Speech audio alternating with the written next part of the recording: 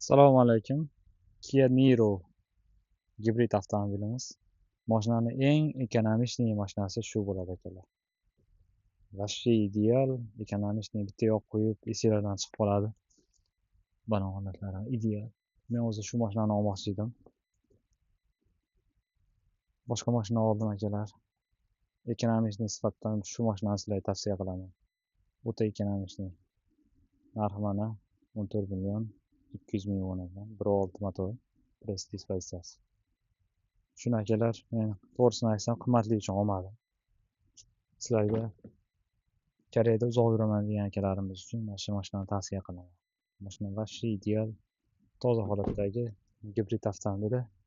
Eshik dastur bor, eshikda salon holatlari mana pokiza. Mashinamiz ideal holatda, sidina yurishlari bor. Rullar isiydi, monitor, backside testlari bor. Mashinamiz ideal holatdagi Niro avtomobili. Buni danilariga kelsak, 2017-yil 81 ming kilometr yurgan. 865 nomer. 2017-yil 81 ming kilometr yurgan benzin gibrid avtomobilimiz.